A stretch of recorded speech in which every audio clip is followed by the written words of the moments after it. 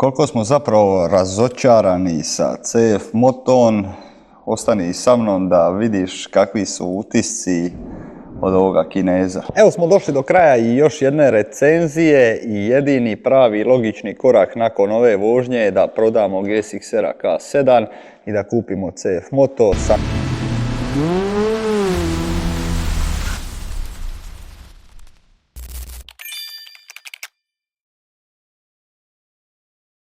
Ako postaneš član kanala, možeš ostvariti brojne popuste na moto opremu, moto dijelove itd. itd. Članarina ima od 1 eura mjesečno pa sve do 25, 50, 100 kako ko može.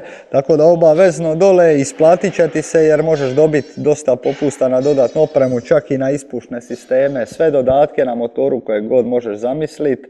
Tako da mislim da će se isplatiti tebi, a na koncu i meni. Također ako želiš ST Moto merch, majice, dukse, otići dole u opis videa i počasti se sa ST Moto robom.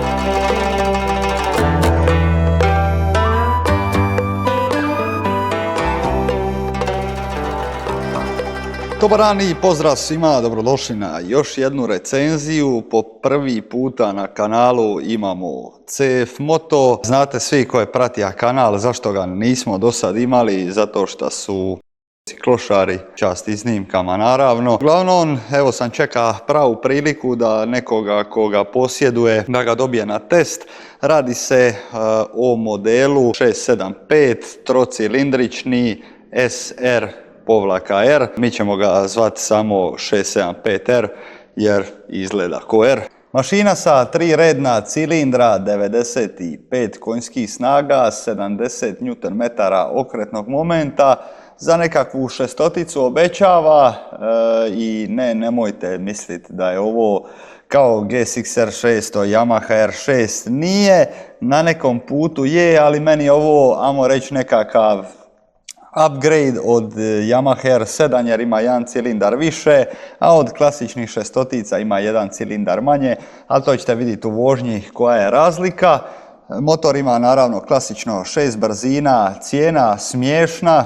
Što se tiče kočnica, zaustavlja nas J1, već smo imali prilike probati ovakve kočnice na brojnim motorima. Meni su bile dobre, zanima me kako su ih podesili za ovaj sportski motocikl. Što se tiče ovjesa, full podesivi kajabin ovjes napred i natrag. I ono što se meni najviše sviđa i što zamjeram ostalim proizvođačima koji nisu Kinezi, ima tvornički amortizer volana, što je jednostavno po meni prijeko potrebno za bilo koji motor koji ide brzo. Čak i ovi koji idu malo sporije, jako je dobro ima stabilizator volana, pogotovo ako ga dobijete u serijskoj opremi. Quick shifter je isto super stvar, ali znate kako ja kažem za quick shifter, to je najnepotrebniji luksuz na motoru. Apsolutno ništa ne mijenja ciklistiku ni vožnju, osim ako ste profesionalni trkač. Ali isto tako, ja kad sam probao quick shifter, rekao sam više nijedan motor bez njega. Što se tiče visine sjedišta, 810 mm, iako ovako čaka sidi na njemu, upari mi dječji motor, ne znam zašto, mislim znam zašto, zato što sam navika na velike R-ove.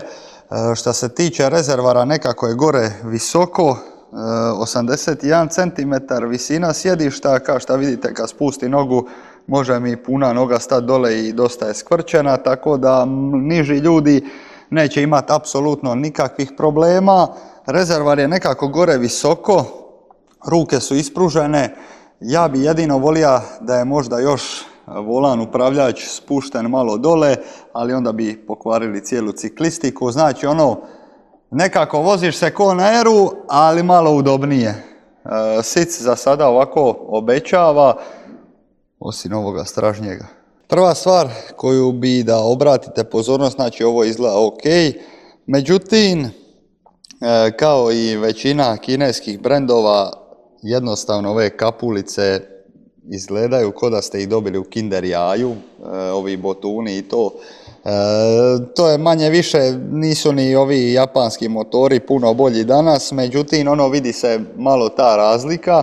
Super je što je sve na motoru sakriveno, tako da ne vidite nigdje žice, međutim... Zamolio bi vas samo na trenutak pažnje, naš prijatelj kanala Motodnevnik je osnivač platforme kroz koji ovaj projekat dodatno doprinosi razvoju i povezivanju moto zajednice. Platforma je osmišljena isključivo za motoentuzijaste, za razliku od ovih općih oglasnika. Kupimotor.rs je fokusiran samo na moto svijet, što korisnicima omogućuje brže i preciznije pretraživanje bez nekih nepotrebnih oglasa iz drugih kategorija, a više imate dole u opisu videa. Dole možete vidjeti jednostavno neke sitne stvari kako su riješene, tipa sa vezicom ili tako s nekim dijelom koji baš nije najbolje složen, ali to je sve sakriveno tako da se ne vidi. Doduše, razlika je kod japanskog motora, oni to sve nekako kirurški spreme, a ovdje idu nekako na ta brza rješenja. Mašina inače, agregat sam iznosi 54 kg, to je jedna jako velika zanimljivost. Vidite recimo da je ove štafne i ovo, ne znam koliko možete to vidjeti na kameri, ali jednostavno se vidi da je ovo Chinesium. Naravno, jednostavno treba prihvatiti da cijena diktira materijale na ovome motoru.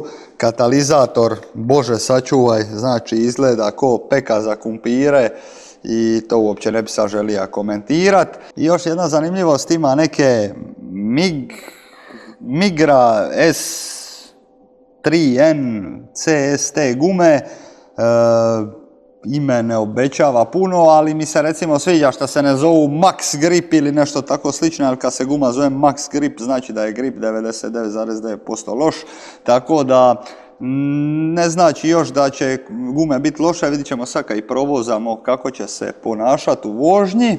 Također, još jedna smiješna stvar, pogledajte ovo. Ma daj, nemoj me zajebava, šta je ovo? Vidi ovo.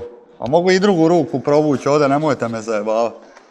Znači, ali ok, ovo smo vidjeli i na Yamaha R9 novoj, da isto ima ovaj rupu u mašini. Izgleda smiješno, znači stvarno je ogroman ovaj procijep. Čak vas mogu sprovesti unutra kroz ovo. Malo kao izgleda, jel, smiješno. Ali dobro, ne možemo sad tražiti dlaku u jajetu. I što sam vam još zaboravio reći? Ok, brake cooling.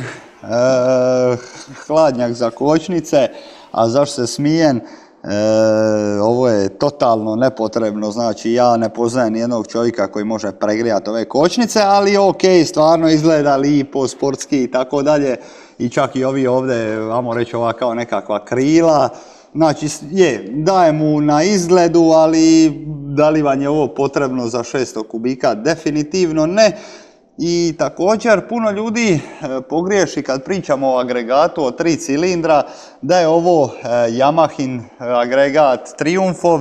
Nije, ovdje su oni imali tako reći nekakvu inovaciju, imaju agregat trocilindrični, ali linearni od 120 stupnjeva i to ga čini različitim od ostalih trocilindraša. Motor sa svim tekućinama ima 195 kg, šta je za današnje doba dosta nisko i to mi se sviđa.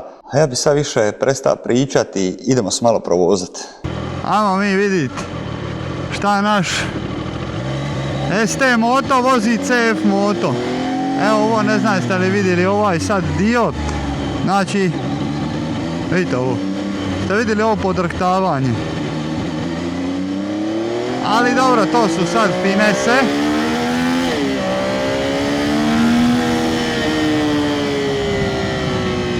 Ovo inače možete mijenjati ove displeje, sad je trenutno ovaj kao za race track. Šta se tiče gasa, jako neprecizan. Dosta trzav, vidite ovo. Znači ima puno rupa. Naravno ja bi savjetovao da se tu napravi, jel tako reći, malo tuninga, ali jel sve u svemu opet nije to toliko loše. Traction control, znači ovdje imate, jel, evo sad ćemo odmah traction control level 2 off, ESS quick shifter, upshift alert, dobro.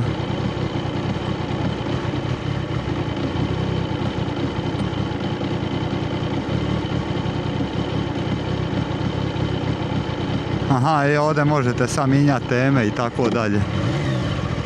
Ali to nas sad trenutno ne zanima. Čudan je jako za kretanje.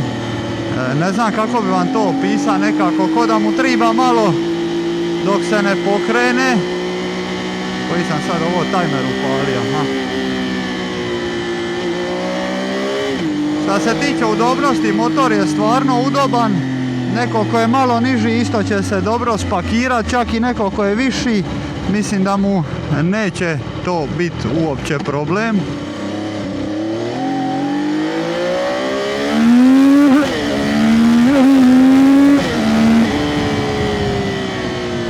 Nije loše.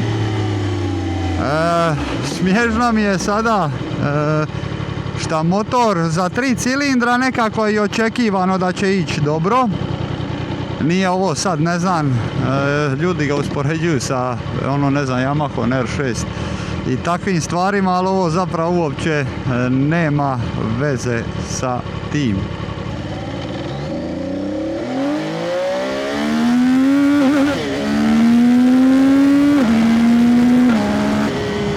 Quick shifter radi dosta dobro, ali nažalost morate ga dosta izgoniti. I evo ovdje mi sad taj neprecizan, a evo dobro je sad ovako kad ga uglavim.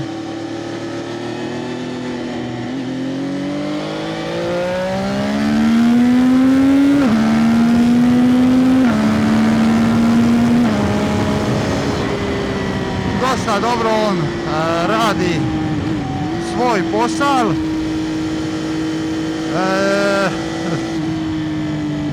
Da me ne shvatite krivo, motor ide stvarno dobro, ali mi nema ni upola adrenalina ko na šestoticama sa red na 4 cilindra, iako je ovdje ubrzanje puno bolje nego na bilo kojoj šestotici.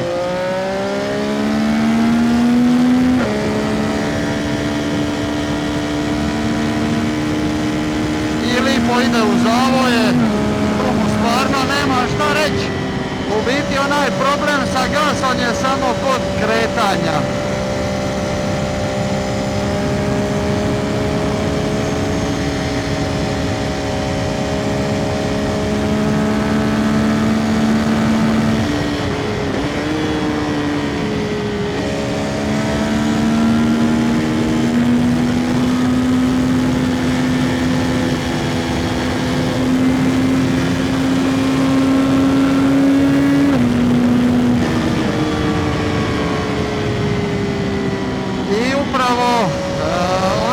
Mislim da se razumimo, gledao sam brojne recenzije i upravo ono što sam mislio i što puno ljudi preskače, jednostavno kad ovaj motor dostigne veliku brzinu osjetite kako je izgubio onu svoju udarnu snagu i vibracije na nogama su dosta prisutne, na rukama malo manje, ali na nogama, pogotovo na lijevoj nozi, se osjete vibracije.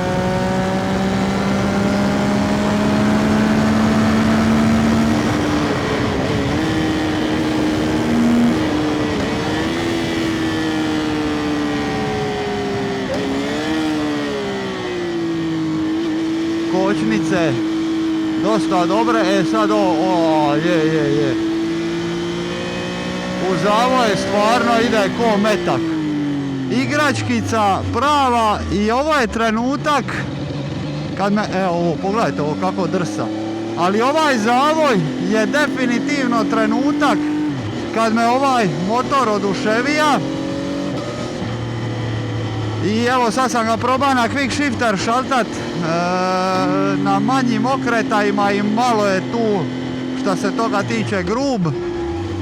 Mjenjač solidno tvrd, ali ovako na manjim okretajima je quick shifter, reklo bi se da se mora poraditi na njemu jer jednostavno, evo i to, ovo je jako loše.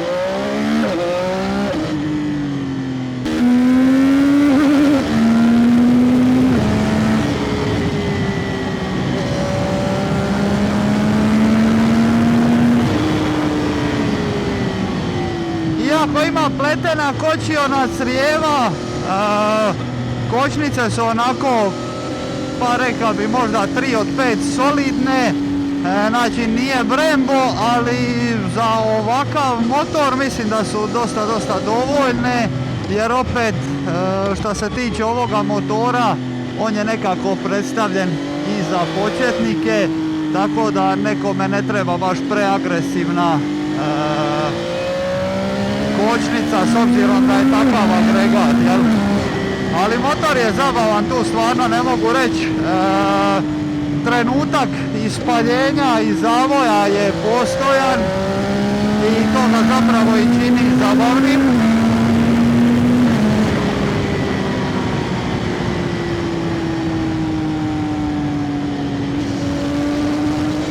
Ne znam kakav će vam biti zvuk, zato što mjesto ispod sjedišta je nikakvo i to me nervira i onda sam morao staviti samo mikrofon bez ikakve zaštite, tako da možda ćete čuti dosta vjetra. Evo, ovo me jako nervira u ovim malim okretajima, ovo kad mi počne drsat. TFT display je tu, kome je to bitno, meni osobno ne, meni se da izvinete jebe za to. Zvuk ovoga motora, iako je tvornički, dosta se dobro čuje, naravno auspuk bi mu lega još bolje, ali definitivno meni prihvatljivo i dobro. Šta se tiče ovjesa, rekao bi da je 10 od 10, to je 5 od 5, jer stvarno lipo upija rupe i sve tu nema apsolutno nikakve zamjerke. Neke stvari koje ja primjećujem, na primjer rebound i tako te neke stvari, kompresija, vidim da bi to moglo biti, da bi se to još moglo malo poštelat, ali je sasvim solidno i čak lipo upija rupe i sve. Također je zanimljivo da jednu vilicu koristi za tension, a drugu za kompresiju, to jest za kompresiju i rebound. Ali dosta se on lipo vozi.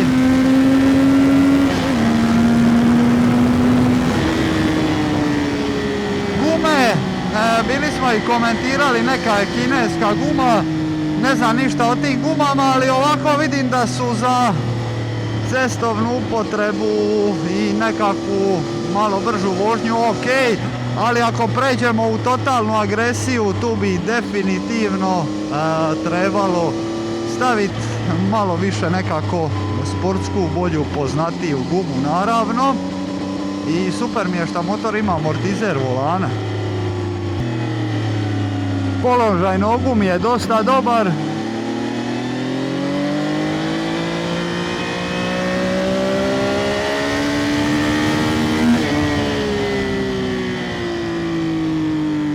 izlazak ovako iz zavoja zbog sva 3 cilindra je jako dobro napravljen i tu zapravo nemam apsolutno nikakve zamjerke.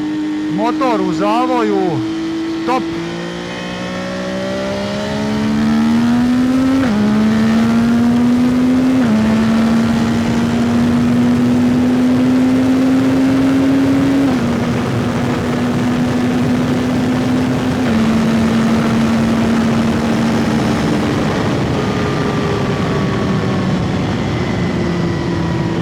Zaštita od vjetra nula.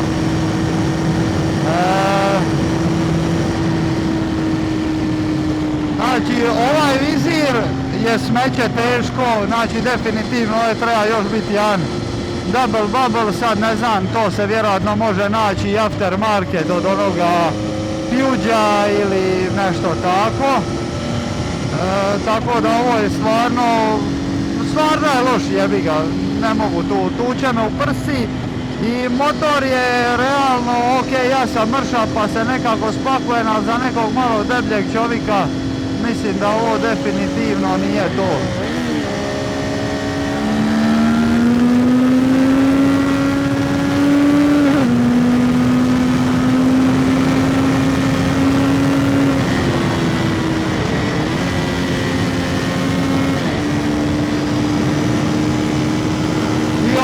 Za velike zavoje dosta on to lipo prati, motor se tako reći sam vozi.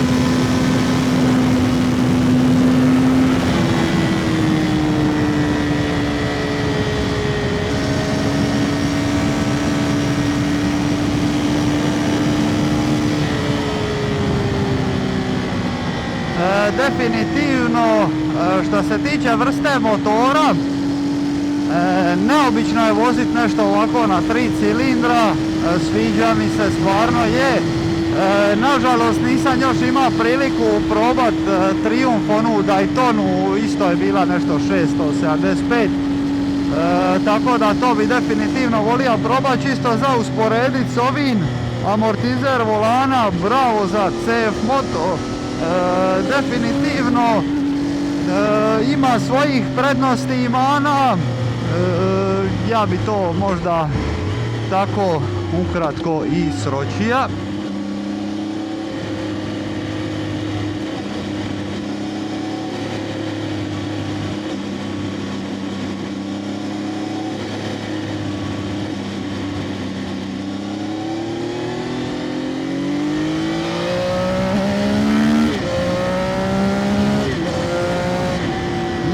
Lijepo on ovo odrađuje, stvarno tu se nema šta reći.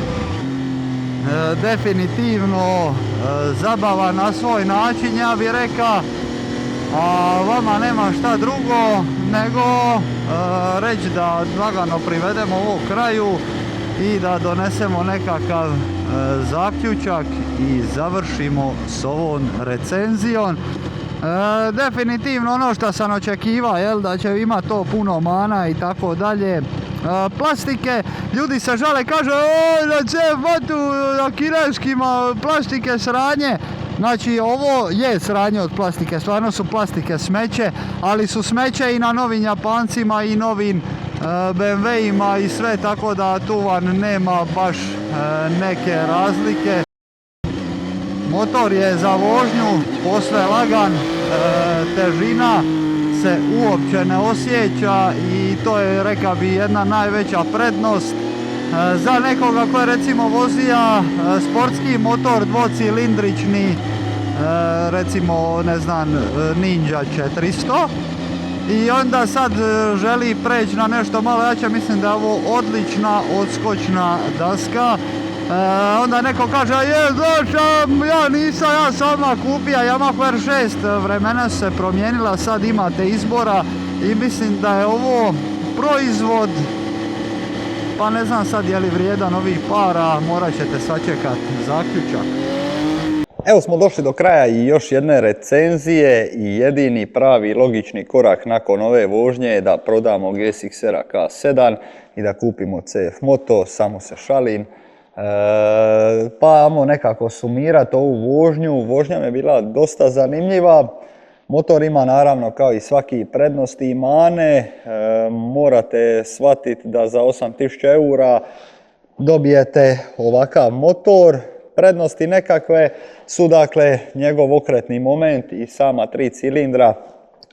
Znači ono doslovno vuče odmah iz nule i startna snaga je izvanredna i dobro čupa i tu nemam apsolutno niti jednu zamjerku.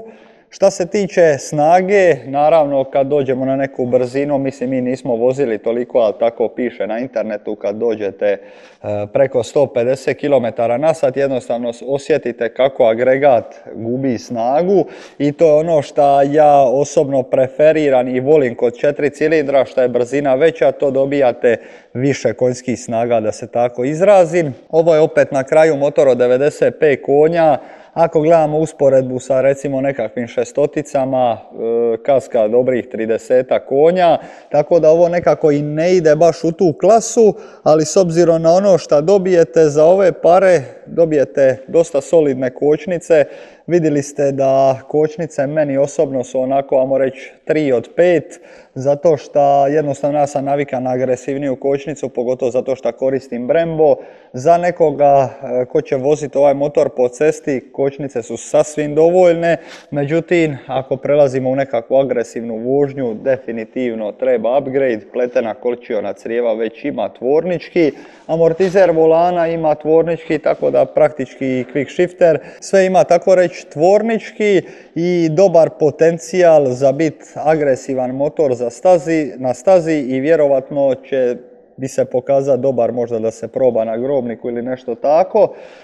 Iznenadila me njegova lakoća upravljanja, znači motor se stvarno vozi ko bicikla, bilo da ste početnik, bilo da ste žensko, bilo da ste, ne znam, nizak dosta, jako će vam se svidjeti. Ovo motor je jako lagan i zagurat napred nazad kad sjedite na njemu, bacanje iz zavoja jedan u drugi, znači stvarno tu mu nemam također apsolutno niti jedne zamjerke. Ovjes fantastičan, malo neobičan, dakle preload ima na obe dvije vilice, ovo se baš ne viđa često kod motora. Kajaba naravno nije bilo kakav nego aftermarket ovjes, tako da super mi je recimo zanimljivo mi je što se može podešavati dampiranje na jednoj tako reći tubu, a na drugome je kompresija i to je ono što je zanimljivo. Dakle, jedna vilica odrađuje jedan posao, a drugi odrađuje drugi i to mi je jako zanimljivo, dosta je udoban i na rupe, tako da što se tiče ovjesa 5 od 5. A sad je vrijeme i da krenemo na one stvari koje mi se baš ili uopće nisu svidjele. Prva stvar, vibracije. I to je nekako normalno i vidjeli ste i u ostalim kineskim motorima koje sam testirao, to je prisutno. Ovdje se to javlja na štafnama, dole na nogama, pogotovo na lijevoj kad razvrtite motor. Znači baš se čuje, to jest osjeća dole na prstima kako vibrira. Na rukama nešto manje, iako se i na rukama osjeti, ali na rukama je tako reći nezamjetno s obzirom šta imate na nogama. Vizir za baciti u smeće, znači vizir je užasan, jedino ako imate 1,70 m onda će vam biti super, ali za mene znači dobijate sve ovdje u glavu prsa što ste mogli čuti i po vjetru na snimci. Retrovizori jako pregledni, ali su ogromni i nekako baš strše od motora, jer je motor dosta kompaktan, mali i osjećate se kad idete na njega kao ste sili na 400 kubika, a zapravo niste, ali dobro, to je jednostavno moderna era motora gdje su motori dosta zbijeni. Stražnji sic, nemojte slučajno voziti vašu curu, ženu, ljubavnicu, sestru na ovome, jer zamjerit će vam puno. Znači ovo je ko komad daske da ste stavili iza, znači jako, jako loše. Ako želite nekoga voziti izad, ne zaboravite preraditi sjedalo. I glavna stvar koja mi se nije svidjela na motoru, to ste vidjeli znači, na jako malim okretajima i prilikom kretanja i u vožnji kad ste u brzini na malim okretajima, ono trzanje gasa, ne znam zašto su to napravili na taj način. Mislim da tu definitivno treba nekakvo mapiranje. Problem je što ako idete to izmapirati, izgubit ćete garanciju, etc. I onda znate već kako to već ide. I sad sam se upravo sjetio još jedne zanimljive stvari kako motor ima Ram Air. Tamo negdje iznad 100 km na sat, naravno mi nismo vozili preko 100 km na sat, ali tako piše na internetu. Ovo je sve umjetna inteligencija. Kažu da mu dobije poseban šut nakon 100 km na sat i onda ga ono otvori i stvori se potlak u filteru zraka i onda motor ide još bolje. Međutim, onda opet dođe na 150-160 i onda zbog prirode svog agregata to jednostavno malo utihne. Gume kineske, pa šta ja znam, ok su ovako za bilo kojeg prosječnog dobrog vozača, bit će ok. Ako želite dugu, agresivnu vožnju, mislim da ćete morati preći na nešto više sportski, u stilu, ne znam, Bridgestona S23 ili RS10, nešto tako. Ja vozim Bridgestone pa ne bi ja ulaziti u druge gume. Tako da, suma sumarum, potrošnja od 5-6 litara na 15 litara rezervara je jako dobro, znači ekonomično. I naravno na kraju ono pitanje koje sve vas zanima, da li ovaj motor vridi 8000 eura sa 5 godina garancije? Ako vas nije briga šta piše na rezervaru, šta vjerujem da mnoge mlađe generacije nije briga, to više starije ljude i mene možda briga šta piše na rezervaru, ja bih volio slovo S da piše, ali definitivno motor vrijedan ovih novaca u svu opremu šta dobijete i kad vi sad 8000 eura podijelite na 5 godina, cijena mjesečno ispada jako smiješna. Naravno nisu se još pokazali, trebaju sad proći 50-60 tisuća kilometara da se vidi kakvi su zapravo, međutim već dugo na tržištu imamo kineske motore i već znamo nekako šta možemo očekivati, a naravno tu nas pokriva i garancija, tako da tih 8000 eura i nakon 5 godina da ga prodaš za 3000 eura ispadate motor 50-60 eura mjesečno, šta po meni je ono više ja potrošim na cigare mjesečno u 5 godina, tako da eto za vas koji ne pušite možete si kupiti CF Moto. I ja bi nekako zaključio ovu recenziju sa 2,5 od 5. A zašto 2,5? Sjećate se da smo pričali već u prijašnjim recenzijama. To nije ocjena 2,5 od 5, nego to je, ajmo reći, u kineskom smislu 4,5 od 5. Zato što jednostavno mislim da Kinezi još nisu dosegli toliko dobar rang i kirurgiju po pitanju slaganja agregata, kabela i tako dalje, znači fali im još tu malo finoće i za mene jednostavno maksimalna ocjena koju kineski motor može dobiti je 3 od 5. Naravno vama može biti 5 od 5, važno je da se vama motor sviđa, ali evo sad ćete znati šta možete očekivati od ovakvog motora. Ja se zahvaljujem na pažnji i vidimo sljedeći put. Pozdrav!